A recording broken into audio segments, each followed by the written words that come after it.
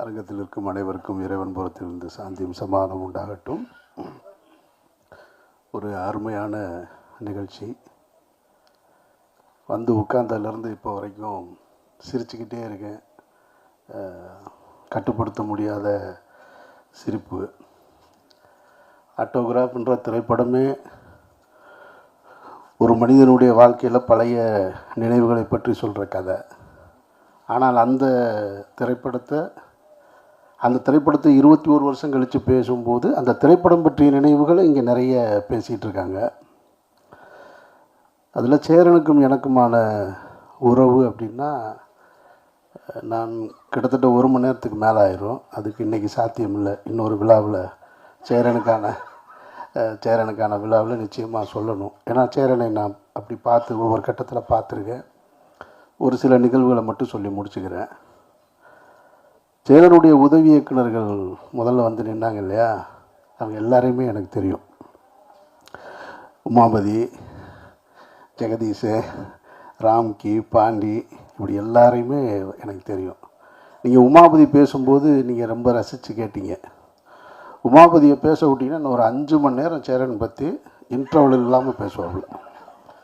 நான் அவ்வளோ கேட்டிருக்கேன். நான் சங்க எலெக்ஷன் டைமில் அவ்வளவு கான்ஃபிடண்ட்டாக, ரொம்ப ஸ்ட்ராங்காக, ஆனால் எதுவுமே பொய் இருக்காது. உள்ளே இருக்கிறத அப்படியே பேசுகிற ஒரு ஆள்.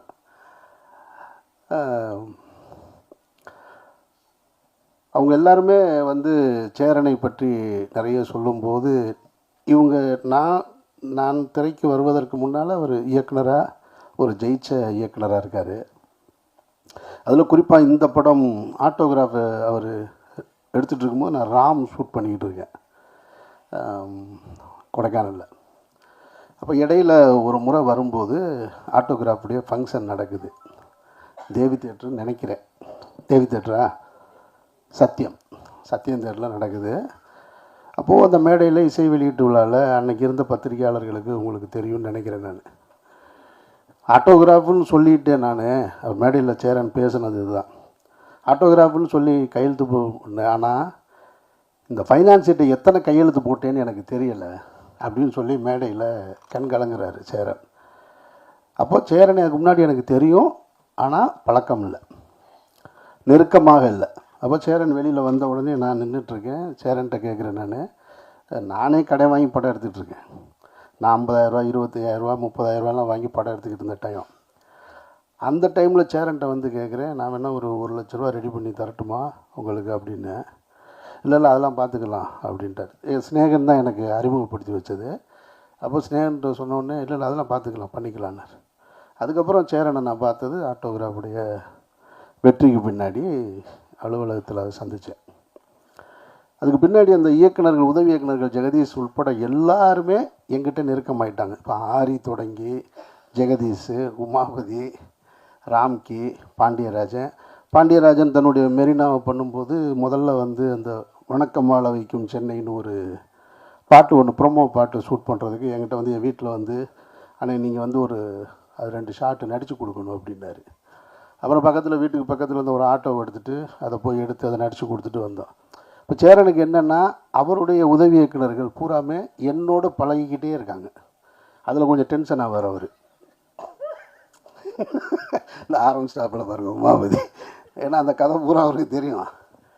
ஸ்நேகனும் என்கிட்ட வந்துட்டாப்புல, ஆரியும் வந்துட்டாப்புல. அங்கே போனாலே என்ன பூரா அங்கே போயிட்டீங்க, என்ன அங்கே எல்லாருமே அங்கே இருக்கீங்க அப்படின்னு கேட்டுகிட்டே இருப்பார் சேரனு. அதில் பாதி உதவி இயக்குநர்கள் அவர் வெளியில் போனதுக்கு காரணம் வந்து, ஒவ்வொரு படத்தில் ஏதாவது ஒரு ஹீரோயினாக இருக்கும்.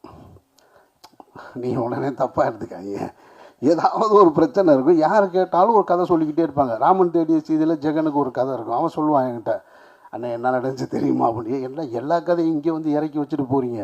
அவர் எப்போ பார்த்தாலும் என்னை கோச்சிக்கிடுவார். ஸ்நேகன் அங்கே போனால் என்ன அங்கே போய்ட்டு தான் இங்கே வர்றீங்களான்னு கேட்பாருன்னு. சேரன் பொதுவாக வந்து பெண்களை நல்லா பார்த்துப்பார். அதில் வந்து எந்த டவுட்டும் கிடையாது. நீங்கள் இப்போ கூட கவனிச்சிங்கன்னா ஸ்நேகா மேடத்துக்கு அவர் தான் தண்ணி பாட்டு எடுத்து திறந்து கொடுத்தாரு. அதான் நான் தப்ப ஐயோ நீங்கள் நான் அடுத்து முடிச்சிடுறேன். ஏன்னு சொல்கிறேன், இந்த குற்றச்சாட்டு அவர்கிட்ட அவங்க உதவி இயக்குநர்கிட்ட இருந்துக்கிட்டே இருக்கும். ஆனால் நான் அதுக்கு காரணம் என்ன நினைக்கிறேன்னா, சேரன் நிறைய அக்கா தங்கச்சிகளோட அதிகம் பழகின ஒரு ஆள். அவர் வந்து நிறைய உறவுகள் வந்து அண்ணன் தம்பி அதிகம் கிடையாது. அவங்க வீட்டு உறவுகள் அக்கா தங்கச்சிகளோட அதிகம் பழகினது. அந்த உணர்வு எப்பயுமே சேரன்கிட்ட இருந்துக்கிட்டே இருக்கும். அது நான் சேரனோட பழகும்போது தான் என்னால் அதை புரிஞ்சுக்க முடிஞ்சது. அப்போ இவங்க எல்லாருமே வேற ஒன்று நினச்சிட்டாங்க அப்படின்னு. அதனால் ரொம்ப உன்னிப்பாக கவனித்து பார்த்துட்ருப்பார். இதுதான் சேரனுடைய மனநிலை. அதுக்கப்புறம் சேரனை பற்றி இந்த ஆட்டோகிராஃபு அதான் சொல்லலை, எங்கே தொடங்கி எங்கே போகிறதுனே தெரியல. அவ்வளவு இருக்குது எனக்கும் சேரனுக்குமான உறவு. இந்த படம் பற்றின நினைவுகள் முடிச்சிடுறேன் நான். ஏன்னா எனக்கு ஒன்றும் புரியலை. எதையாவது ஒன்று சொல்லிடுவோமோன்னு ஒரு பதட்டமாக இருக்கு.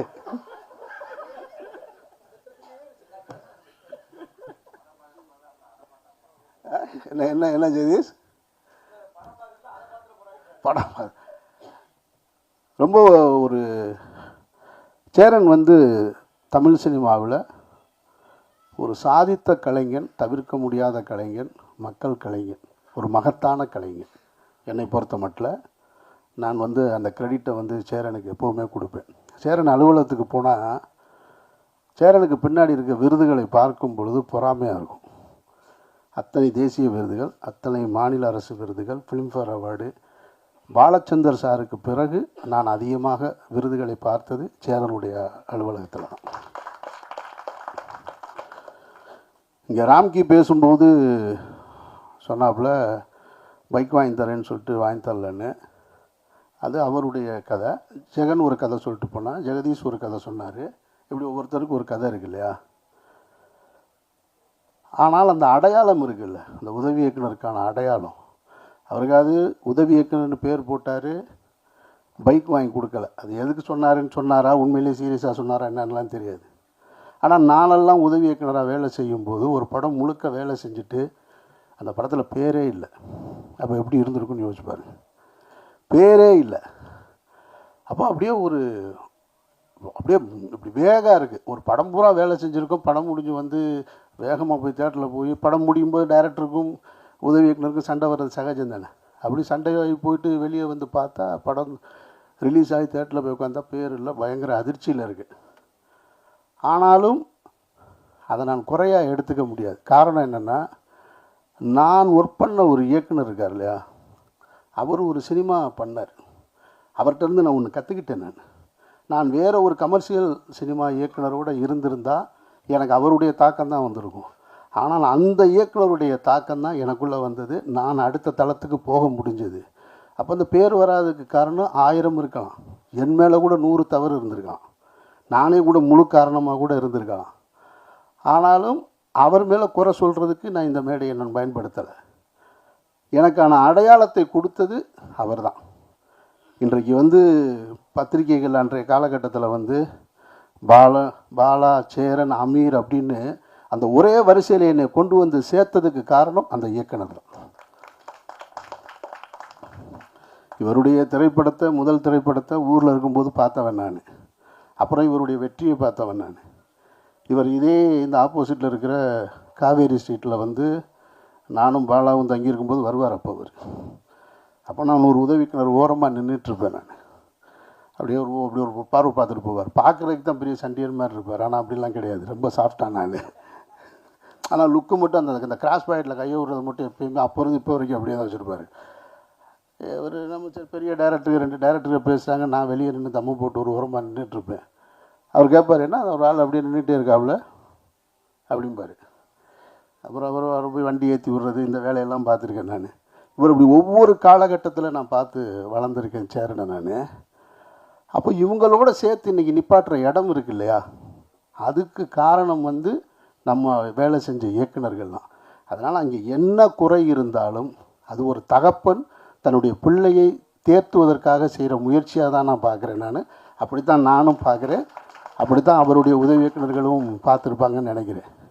நிச்சயமாக சொல்கிறேன், ஒரு 20 வருஷத்துக்கு முன்னாடியும் சரி, இப்போ இங்கேருந்து இப்போ இருக்கிற இயக்குனர்களையும் சரி, சாதித்த எல்லா இயக்குனர்களையும் சரி, இப்போ பாலாவாக இருக்கட்டும், சசிகுமார், நான், எனக்கு பின்னாடி வந்து இப்போ இன்றைக்கி இருக்கிற வெற்றிமாறன், மாரி செல்வராஜ், ராம், இவங்க எல்லாரையும் ஒரே தட்டில் வச்சா கூட சேரனுடைய சாதனைக்கு பக்கத்தில் கூட போக முடியாதுன்றது மறுக்க முடியாத உண்மை. இதில் மற்ற டைரக்டர்கள் தப்பாக எடுத்துக்க மாட்டாங்கன்ற நம்பிக்கையில் நான் அந்த உரிமையோடு சொல்கிறேன். படைப்புகளில் வீரியமாக இவரை விட அடுத்து வீரியமாக படம் பண்ணியிருக்கலாம். ஆனால் சேரன் தன்னுடைய அந்த கிளிப்பிங்ஸ் போட்டார் பாருங்க, இத்தனை விருதுகள், இத்தனை திரைப்படங்களில் நாயகன், இத்தனை படங்கள் தயாரித்தது, இவ்வளவுத்தையும் இந்த 30-35 வருஷத்துக்குள்ளே செஞ்சு முடிச்சிருக்கிறது சேரன்ற மாபெரும் கலைஞன். சேரனுக்கு எனக்கு நிறைய முரண்பாடு இருக்குது. சேரனுக்கு கருத்து முரண், நான் எது சொன்னாலும் அவர் கேட்க மாட்டார், இதுவரையும் கேட்டதே கிடையாது. ஆனாலும் நான் அவரை பற்றி கண்டுக்கவே மாட்டேன், நான் சொல்லிக்கிட்டே இருப்பேன், அவர் கேட்க மாட்டார். அப்புறம் கூப்பிடுவார், சரி வர்றேங்க அப்படின்னு கேட்குறது மாதிரி சொல்லுவார். அப்படியா, அது பண்ணிக்கலாம், நான் யோசிக்கிறேனே காலையிலம்பார். அவர் என்ன முதல்ல சொன்னாரோ அதை தான் செய்வார். நான் அதை பற்றி கவலைப்படுறதே இல்லை. நானும் அவரோடு உறவை அப்படியே தான் வச்சுருக்கேன். நான் அந்த கலைஞன் இன்னும் பல சாதனைகள் பெறணும் அப்படின்றது தான் என்னுடைய ஆசை. சேரன் வெற்றி அடைஞ்சால் நான் சினிமாவில் இன்னொரு இயக்குனருடைய வெற்றி அடையணும்னு, பணத்தாலையும் புகழாலையும் வெற்றி அடையணும்னு எப்பயுமே யோசிச்சுட்டு இருக்க ஒரே இயக்குனர் சேரன் மட்டும்தான். சேரன் எப்பயுமே ஜெயிக்கணும்னு நான் நினச்சிக்கிட்டே இருப்பேன். நான் அவர் எனக்கு என்ன செய்கிறாருன்றதெல்லாம் முக்கியம் இல்லை. அவர் எனக்கு இப்போ அவங்க அசிஸ்டன்ட் சொல்கிற மாதிரி சொல்லணும்னா கிண்டலுக்கு சொல்கிறாரு, அவர் எந்த நல்லது நமக்கு செய்ய மாட்டார் அப்படின்னு சொல்லலாம். அவர்கிட்ட ஒரு அன்பு இருக்குது, அது எல்லாத்தையும் மறந்துடுவார். எல்லாத்தையும் மறந்துட்டு எவ்வளோ பெரிய சண்டை போட்டோம், எவ்வளவு இது பண்ணோன்றதெல்லாம் மறந்துட்டு ஒன்றுமே நடக்காத போல் கூப்பிடுவார், எங்கே இருக்கீங்க, வாங்க போகலாம் அப்படின்னு கேட்பார். அதனால தான் உமாபதி சொன்னது, உண்மையிலே அன்பாக இருக்காரா இல்லையா, நம்ம அன்புன்னு நம்பிக்கிற வேண்டியதுதான் நம்ம அப்படின்னு. ஆனால் ஒரு குழந்த மாதிரி சேரன் நீங்கள் அவர் அண்ணன் சொன்னால் கோவம் வந்துடும் அவருக்கு. அதில் ரொம்ப முக்கியமானது. அதுக்காக நம்ம போனோடனே நம்மளை அண்ணன்பார், வாங்கண்ணே அப்படிம்பார். சரிண்ணே நல்லா அண்ணா ஒன்று என்னையை பார்த்து அண்ணன்றீங்க அப்படிம்பார். அவர் இன்னமும் இளமையாக தன்னை மனசுக்குள்ளே வச்சுக்கிடுவார். அதுக்கான வேலைகள் செஞ்சுட்டே இருப்பார் அவர். வேறு என்ன சொல்கிறதுங்க உங்களை பற்றி,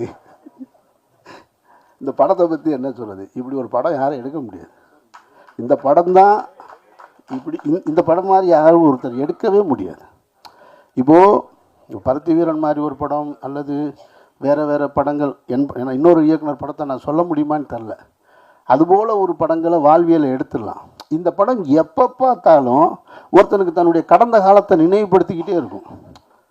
அப்படி ஒரு படைப்பு அது. நான் மதுரை அபிராமி தேட்டரில் தான் இந்த படம் பார்த்தேன். ராம் ஷெட்யூல் முடிச்சுட்டு பார்த்தேன். நான் பார்த்துட்டு பிரமிச்சு போயிட்டேன். நான் இப்படி ஒரு படத்தை எப்படி எடுக்க முடியும். நீங்கள் உங்களுக்கு நினைவு இருக்குமான்னு தெரில, இந்த படம் தான் இன்னொரு வருஷனாக பிரேமம்னு வந்தது. மலையாளத்தில் வந்த பிரேமம் பார்த்தீங்கன்னாக்கும் அது ஆட்டோகிராஃப் தான். அது இப்பவும் நீங்கள் இந்த படத்தை இப்போ இருக்கிற ஜென்சிக்கு தகுந்த மாதிரி மாற்றி எடுத்தால் ஒரு சில்வர் ஜூப்ளி படமாக மாறும். அவ்வளவு கண்டென்ட் உள்ள ஒரு படம். அதனால் இந்த படம் சேரனுக்கு மீண்டும் ஒரு மாபெரும் வெற்றி பொருளாதார ரீதியாக கொடுக்கணும். இந்த தலைமுறைக்கு சேரன் என்ற இயக்குனர் ஒரு மகத்தான கலைஞன் தமிழ் சினிமாவில் வாழ்ந்துக்கிட்டு இருக்கான் அப்படின்றத இந்த படம் கொண்டு போய் சேர்க்கணும் அப்படின்ற அந்த பிரார்த்தனையோடு விடைபெறுகிறேன். நன்றி. மன்னிக்கணும், ரொம்ப லேட் ஆயிடுச்சு, ரொம்ப நேரம் எடுத்துக்க முடியாது. ஸோ இது ஆட்டோகிராஃப் 21 வருஷம் கழித்து அந்த படம் ரிலீஸ் ஆகுதுன்றத டாப்பிக்கை கடந்து சேரனை பற்றிய பாராட்டுரையாகவும் சேரனை பற்றிய விமர்சன மேடையாகவும் இது மாறிவிட்டது. அது வரத்தான் செய்யும், அப்படி தான் இருக்கும். நம்ம இத்தனை வருஷம் கடந்ததில் எல்லா மனிதர்களையும் பார்த்துருக்கோம், எல்லா நல்லவர்களையும் பார்த்துருக்கோம், எல்லா தீய காரணங்களையும் பார்த்துருக்கோம், எல்லா பிரச்சனைகளையும் பார்த்துருக்கோம், எல்லாத்தையும் கடந்து வந்திருக்கோம். அதுதான் இந்த படம் சொல்லுது. உன்னை கடந்து போகிறதுக்கு அடுத்தடுத்து நீ நிறையா புதிய விஷயங்களை பார்த்துக்கிட்டே இருப்ப. அதனால் எல்லா விஷயங்களையும் நீ எப்படி இருக்கியோ அப்படியே கடந்து போ. அதுதான் எனக்கு கற்றுக் கொடுத்தது லைஃப். நான் இப்போ என்னோடய உதவியாளர்கள் சொன்னதாக இருக்கட்டும், இல்லை அமீர் சார் பேசினதாக இருக்கட்டும், இல்லை நண்பர்கள் பேசினதாக இருக்கட்டும், மில்டன் பேசினதாக இருக்கட்டும், இப்போ எல்லாரோடையுமே எனக்கு கருத்து வேறுபாடு வந்திருக்கு, எல்லாரோடையுமே நான் சண்டை போட்டிருக்கேன், எல்லாரோடையும் எனக்கு பிரச்சனைகள் இருந்திருக்கு. ஆனால் என் மேடையில் அவங்க எல்லோரும் உட்காந்துருக்காங்க. அவ்வளோதான். அது இதில் விளக்கம் சொல்கிறதுக்கு எதுவுமே கிடையாது. நான் எப்படி பார்க்குறேன்னா அதை அவங்களால உணர முடியாது. நான் ஏன்னா அவங்களோட ரொம்ப வேறு மாதிரி வாழ்ந்துட்டேன் என்னோடய வாழ்க்கை. தெரியல, என் வீட்டில் சோறு இல்லைனாலும் என் வீட்டுக்கு அசிஸ்டன்ட் வந்துட்டாங்கன்னா அவங்கள சாப்பிட வச்சுட்டு நானும் என்னோடய ஒய்ஃபும் பட்டினியாக படுத்துருக்கோம். ஸோ அதனால் வந்து வேணும்னு யாருக்கு எந்த தவறையும் செஞ்சதில்லை, வேணும்னு யாருக்கு எதையும் கொடுக்காம விட்டதில்லை. என்கிட்ட இருக்கும்போது கொடுத்துருக்கேன். இல்லாதப்ப நான் இல்லைன்னு தான் நான் சொல்ல முடியும். இல்லாதப்ப நான் என்ன பண்ண முடியும்? ஆனால் இந்த சுதந்திரத்தை நான் அவங்களுக்கு கொடுத்துருக்கேன். இத்தனை வருஷம் பத்திரிகை நண்பர்கள்லேருந்து, ஊடக நண்பர்கள்லேருந்து, இயக்குநர்கள்லேருந்து, நடிகர்கள்லேருந்து எவ்வளவோ மேடைகள் பார்த்துருப்பீங்க. எந்த மேடையாவது ஒரு இயக்குனரை விமர்சனம் பண்ண உதவி இயக்குநர்களை பார்த்ததுண்டா? கிடையாது. ஆனால் நான் இப்போவும் அதை கொடுத்துருக்கேன். இன்னமும் நான் அவங்களோட பேசுவேன், இன்னமும் கூட கட்டி தழுவி போவேன். ஏன்னா அப்பனுக்கு தெரியும் பிள்ளைங்களோட குணம் என்னன்னு. அவ்வளோதான். எங்கள் அப்பா என்னை எப்படி வளர்த்தவரோ அது மாதிரி நான் அவங்கள வளர்த்துருக்கேன். அவங்களுக்கு எல்லா உரிமையும் இருக்குது. புரிதல் தாமதமாக தான் வரும். இயக்குனர் ஆகும்போதும், இயக்குனர் ஆனதுக்கு அப்புறமும், பிள்ளை குட்டிகள் பெற்று போட்டதுக்கு அப்புறமும். இப்போ பாண்டியன் சொன்னார்ல, என் அசிஸ்டண்ட்டு நான் டைரக்டர் ஆகும்போது தான் அது புரிஞ்சிச்சுன்னு. அதனால் உமாபதிக்கோ ராமகிருஷ்ணனுக்கும் இன்னது கொஞ்சம் லேட்டாக கூட புரியலாம். அவ்வளோதான். ஸோ வந்து இருந்த உங்களோட அன்பு எனக்கு மகத்தானது. ஏன்னா அன்னையிலேருந்து இப்போ வரைக்கும் என்னுடைய படங்களாக பார்த்துக்கிட்டு இருக்கீங்க. என்னை மனுஷனாக பார்க்குறது இல்லை. இங்கே யாரும் அது பார்க்க வேண்டிய அவசியமும் கிடையாது. அவங்கள பாதுகாத்துக்கிறதுக்கு அவங்களுக்கு தெரியணும். அவங்கள இன்னொருத்த பாதுகாக்கின்ற கட்டாயம் கிடையாது. நான் வந்து இங்கே இருக்க யாரையுமே பாதுகாத்துட முடியாது. நான் என்னை தான் பாதுகாத்துக்க முடியும். ஸோ நீங்கள் இந்த திரைப்படம் 21 வருஷங்களுக்கு அப்புறம் இந்த ஜென்ரேஷனுக்கு போய் சேர்றதுக்காக என்ன பண்ணியிருக்கோம், இந்த படத்தில் என்ன இருக்குது, இந்த படம் அவங்களுக்கு என்ன சொல்லும். நான் அப்படி தான் படம் எடுப்பேன். படம் எடுக்கும் பொழுது வியாபார நோக்கம் மட்டும் எடுத்திருந்தால் நான் வந்து என்றைக்கோ காணாமல் போயிருந்திருப்பேன். பெரிய வெற்றியை கொடுத்துருப்பேன். 5 படம் பெரிய ஹீரோவோட ஒர்க் பண்ணியிருப்பேன். அப்புறம் காணாமல் போயிருப்பேன். ஆனால் இன்னமும் என்னுடைய படம் எங்கேயோ ஒரு இடத்துல, என்னோடய சமூகத்தில், என்னோடய பக்கத்தில் யாரையோ ஒருத்தனை இந்த படம் கையை பிடிச்சி கூட்டி போய் ஒரு கரையை சேர்த்து விட்டுருச்சுன்னா அது என்னோடய வெற்றி. அப்படி தான் நான் ஒவ்வொரு படத்தையும் உருவாக்கியிருக்கேன். இந்த படம் கூட அதுதான். நீ எந்த தோல்வியாக இருந்தாலும் கடக்கலாம். காதல்ன்றது நான் எடுத்துக்கிட்ட ஒரு ஆயுதம். இந்த படம் வந்து எந்த தோல்வியாக இருந்தாலும் கடக்கும் மனநிலை ஒவ்வொரு மனிதனுக்கும் இருக்குது. நீ எங்கேயுமே சோர்ந்து போயிடாத அப்படின்னு சொல்கிறது தான் அது. அதுதான் எனக்கே பாடமாக போச்சு. ஒவ்வொரு பூக்களுமே பாட்டால் நான் நிறைய வாட்டி பாடியிருக்கேன். ஸ்னேகா நிறைய வாட்டி பாடியிருக்கோம். அமீர் நிறைய வாட்டி பாடிப்பார். ஸ்னேகா நிறைய வாட்டி பாடிப்பார். அவங்களுக்கு அது வந்து போகும். தோல்வி எல்லா மனிதனுக்கும் இருக்கும். அதை தாண்டி ஜெயிக்கும் போதில்ல நமக்கு ஒரு சந்தோஷம், நமக்கு ஒரு அகம்பாவம், நமக்கு ஒரு திமிரும், நமக்கு ஒரு அப்படி எல்லாரும் இப்படி பார்க்குற தன்மை இருக்குல்ல, அதுதான் நம்மளோட உழைப்புக்கு நம்ம கிடைக்கிற அங்கீகாரம். அதை இந்த படம் பார்க்கும்போது ஒவ்வொருத்தருக்கும் கொடுக்கும். அதை தாண்டி நான் ஒன்று இந்த படத்தை வந்து இப்போ ரிலீஸ் பண்ணுறதுனால ஒன்றும் சாதிச்சிட போகிறதில்ல. இது எதுக்கு திரும்ப பார்க்குறவங்களுக்கு இன்னும் ஒரு, ஏன்னா இன்றைக்கி ஜென்ரேஷன் எப்படி இருக்குன்னு நமக்கு தெரியும். அந்த ஜென்ரேஷன் எங்கேயோ ஒரு இடத்துல இதை படத்தை பார்த்துச்சுன்னா அவங்களுக்கு வேற ஒரு யோசனை தோணும். அவ்வளோதான். நம்ம விதைச்சிக்க மட்டும்தான் முடியும். நீங்கள் அதை உருவாக்கி அறுவடை பண்ணி பழத்தை கொண்டு போய் வீட்டில் சாப்பிட்டு கொட்டை போட முடியாது. நீங்கள் விதைக்க மட்டும்தான் முடியும். மழை பெய்யணும், மக்கள் பாதுகாக்கணும், அப்போ தான் அவங்க மாறுவாங்க. ஸோ அதனால் அது ஆட்டோகிராஃபோட ரிலீஸோட தாற்பயம் இப்போ திருப்பி 21 இயர்ஸ் லேட்டர் பண்ணுறதுக்கு காரணம் அது அதற்கு தகுதியானதாக நான் நினைக்கிறேன். அவ்வளோதான். அதே மாதிரி இந்த படத்தில் வேலையை பார்த்த அத்தனை பேரும் இன்றைக்கி எனக்காக வந்திருக்கீங்க, எனக்காக உட்காந்துருக்கீங்க, நீங்கள் எல்லாத்தையும் ஷேர் பண்ணியிருக்கீங்க. இதை தாண்டி நான் ஏன் இவங்களெல்லாம் கூப்பிடணும், ஏன் இவங்களெல்லாம் திரும்ப திரும்ப ஒர்க் பண்ணணும், ஏன் வந்து நான் ஒருத்தரோட சண்டை போட்டோம். அடுத்த வாட்டி விஜய் மில்டன் சொன்னார். விஜய் மில்டனோட முதல் படத்தில் நாங்கள் 2 பேரும் அவரோட கவிதை புத்தகத்தில் சந்தித்தேன். அப்புறம் அவரோட நான் பேசினேன். அப்புறம் அவரோட படம் பண்ணேன். அப்புறம் அவரோட பிரச்சனை வந்துச்சு. அப்புறம் அவரோட படம் கொடுத்தேன் அவருக்கு. அவர் ஒரு படம் டைரக்ட் பண்ணார். அப்புறம் அவர் கூப்பிட்ட படத்தில் போய் நான் நடித்தேன். என்னன்னா, மனிதனை மனிதனாக பார், அவனை அவனாகவே பார், அவனுக்கிட்ட இருக்க தப்பை திருத்த நீ நினைக்காத, அவனை அப்படியே ரசி, நீ அழகானவன். ரைட். நான் வந்து இன்னொருத்தனை போய் திருத்தி உன் தப்பை சொல்லி நீ இப்படி மாறுன்னு சொல்லி உனக்கு அட்வைஸ் பண்ணி எனக்கு தேவையில்லை. எனக்கு மில்டன் நாளைக்கு திருப்பி கூப்பிட்டாலும் நான் மறுபடியும் போய் நடிப்பேன். அமீர் திருப்பி கூப்பிட்டாலும் நடிப்பேன். நான் ராமகிருஷ்ணன் படம் பண்ணி என் படத்தில் நடிங்கன்னா நடிப்பேன். அவ்வளோதான். அப்படி தான் நான் இந்த உலகத்தை அழகானதாக பார்க்க கற்றுக்கொண்டேன். அமீர் சொன்ன ஒரு விஷயம் கரெக்டு. நான் பெண்களோடையே பிறந்து வளர்ந்தவன். எனக்கு அம்மா, என் தங்கச்சிங்க, என்னுடைய ஆசிரியர், என்னுடைய சித்தி மகள், நான் பழகிய தோழிகள் என்னை அப்படி பக்குவப்படுத்தியிருக்காங்க. நான் பெண்கள்கிட்ட அன்பு தான் காட்ட முடியும். அது உங்கள் கண்ணுக்கு அன்பா தெரியலன்னா அது ஏன் பிரச்சனை இல்லை. ரைட். நான் காண்பிப்பது என்னோட அன்பு. அது என்ன என்று உணரப்போவது பக்கத்தில் இருக்கிற அந்த பெண்ணே ஒழிய எதிரில் இருக்கிற ஒருத்தனும் கடந்து போகிற ஒருத்தனை எப்படி உணர முடியும்? அதைத்தான் ஸ்னேகா அழகாக சொன்னாங்க. இன்னைக்கு வரைக்கும் அந்த நட்பை நான் தொடர முடியுது. காரணம்னா அந்த கண்ணியம். எந்த இடத்துல நான் அவங்கள தோழியாக பார்த்தேன், எந்த இடத்துல அவங்க எனக்கு இந்த இந்த பெண்ணோட மனம் ரொம்ப அற்புதமானது. இது எந்த விஷயத்துக்காக கண்ணீரை ஒரு இருட்டுக்குள்ளே உட்காந்து கண்ணீர் வெளியே வருது அப்படின்னா அழகானது. அப்படி தான் நான் அவங்கள பார்க்கணும். அது இன்னைக்கு வரைக்கும் நான் அவங்களுக்கு அந்த சுதந்திரம் கொடுத்துருக்கேன். என்னை கூப்பிட்டு எந்த பிரச்சனையும் பேச முடியும். இன்னும் சொல்ல போனால் அவங்கள திருமணம் நிச்சயிக்கப்பட்டதுக்கு நான் முக்கிய காரணம். பிரசன்னா என்னோட முக்கியமான நண்பர். அவர் என்னை ரொம்ப மதிக்கக்கூடிய, நான் எப்போ எந்த விஷயத்துக்கு கூப்பிட்டாலும் பண்ணக்கூடியவர். இவங்க என்னோட நண்பர். ஆனால் இவங்களுக்குள்ள ஒரு திருமணம் தள்ளி போய்கிட்டே இருக்கு. அப்போ நான் சொன்னேன், பிரச்சனைகளை காரணம் காமிச்சு உங்களுடைய திருமணத்தை தள்ளி போடாதீங்க, அதுவே பிரச்சனையாயிரும். முதல்ல கல்யாணத்தை பண்ணுங்க, அப்புறம் என்ன பிரச்சனை இருந்தாலும் பார்த்துக்கலாம்னு. அப்படி தான் திருமணம் நடந்துச்சு. ஸோ நான் என்னை சுற்றி இருக்கவங்க நல்லது நினைக்கிறேன். அது நல்லதா தெரியலைன்னா அது ஏன் பிரச்சனை இல்லை, அது அவங்க பிரச்சனை. ரைட்.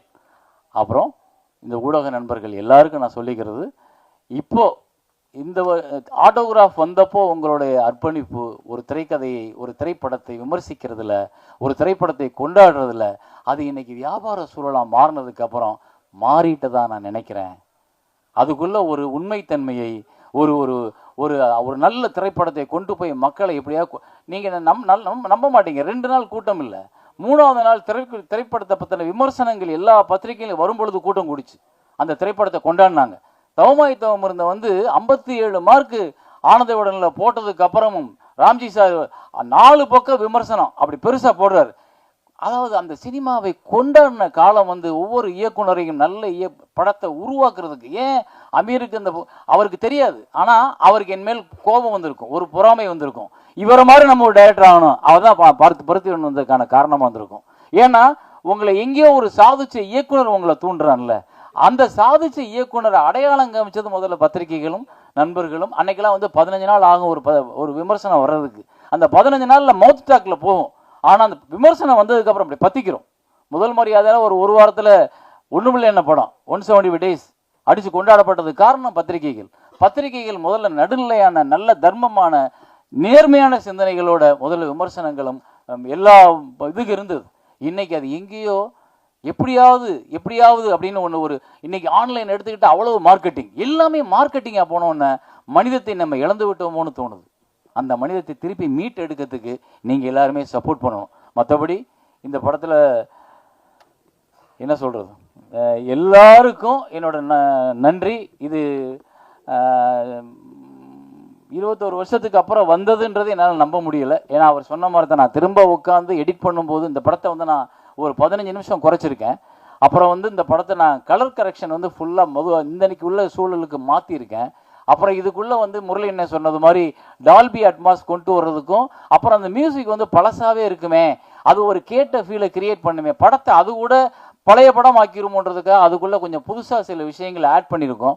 ஸோ நான் பார்வையாளர்களை எங்கேயும் ஏமாற்ற நினைக்கல. பார்த்த படம் தானே, போட்டால் ஓடிடும், காசு வாங்கிக்கலாம், ஒரு 10 லட்ச ரூபா வந்தால் லாபம் அப்படின்னு நினச்சிடல. நான் ஒரு 50 லட்சத்தை செலவழித்து உங்களுக்கு நான் அதை எந்த விதத்துலையும் தொழிலில் ஏமாத்துறவனாக இருக்காமல் உண்மையானவனாக கொடுக்கறதுக்கு ஒரு படத்தை ட்ரை பண்ணியிருக்கேன்.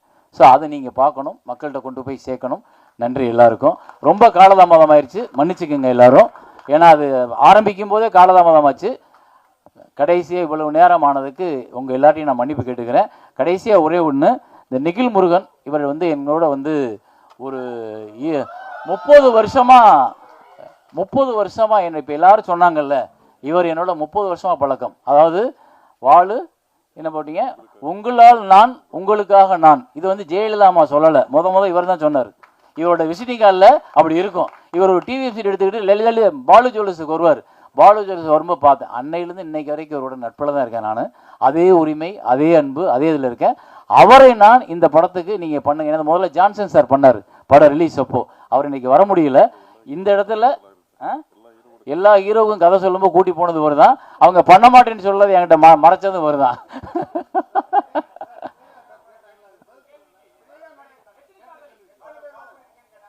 அதுக்கு ஒரு நாள் ஃபுல்லாக பிரசாத்தை புக் பண்ணுவோம், அன்னைக்கு நம்ம பேசுவோம். அப்போ நிறைய இருக்கு, நான் அவங்களையும் வர சொல்கிறேன் எல்லாத்தையும். எனக்கு ஒன்றும் இல்லை, நான் யார் கூடயும் சண்டை போடல, அவங்க எல்லாரும் நான் கூப்பிட்டா வருவாங்க, எல்லாரும் இருக்காங்க. அப்புறம் இந்த இடம் 2 விஷயத்தில் முக்கியமானது, அதை நான் ஞாபகப்படுத்த இந்த ஒரே ஒரு 2 நிமிஷம். இந்த திரையரங்கத்தில் தான் படத்தோட காப்பியை திரு பாலு மகேந்திரா அவர்கள் அந்த கடைசி சீட்டில் உட்காந்து பார்த்தார். அவர் மட்டும், யாருமே கிடையாது. நாங்கள் அவர் படம் பார்த்து முடியறதுக்காக அங்கே நின்றுட்டு இருக்கோம். படம் முடிஞ்சிருச்சு, அவர் இப்படியே உட்காந்துருக்காரு. சரி, அவர் அதுலேருந்து வெளியே வந்து வரட்டும்னு உட்காந்துருக்கேன், நின்றுக்கிட்டு இருக்கேன். அவர் அப்படியே உட்காந்துருக்காரு, அசைவே இல்லை, அப்படியே உட்காந்துருக்காரு. 10 நிமிஷம் ஆச்சு. 10 நிமிஷம் கழிச்சு நான் மெதுவாக அப்படி நடந்து இந்த இடத்துல வந்து நிற்கிறேன். அசைவு இல்லை. எனக்கு கொஞ்சம் பயமும் வந்துச்சு. அவரோட உடல் நலம் கருதி, அவருடைய வயது கருதி ஒரு சின்ன பயம் கூட வந்துச்சு. அப்புறம் நான் மெதுவாக 4 சீட்டுக்கிட்ட பின்ன சார் அப்படின்றேன். அப்படின்னு நிமிந்தாரு. அப்படின்னு கூப்பிட்டாரு கையை. பக்கத்தில் போய் உட்காந்தேன். அப்படி கை மேலே பிடிச்ச அவர் ஒரு இறுக்கி பிடிப்பார். அந்த இறுக்கி பிடிச்சாரு. அந்த படம் ரிலீஸ் ஆகலை. படத்தை யாருமே பார்த்ததில்லை அது வரைக்கும். அவர் தான் ஃபஸ்ட்டு பார்க்குறாரு. உன்னை இந்த தமிழக மக்கள் தலைமையில தூக்கி வச்சு கொண்டாட போகிறாங்க அப்படின்னு சொல்லி இந்த உச்சி மண்டையில் எனக்கு முத்தம் கொடுத்தார்.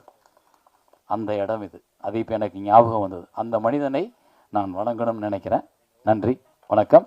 பத்திரிகை நண்பர்களையும் ஆட்டோகிராஃப் கூட கிராஸ் அண்ட் காஸ்ட் அண்ட் க்ரூஸை மீட் பண்ணுறதுக்கு ரொம்ப ரொம்ப சந்தோஷமாக இருக்குது. இத்தனை வருஷத்துக்கு அப்புறம் ரொம்ப மகிழ்ச்சியாக இருக்குது.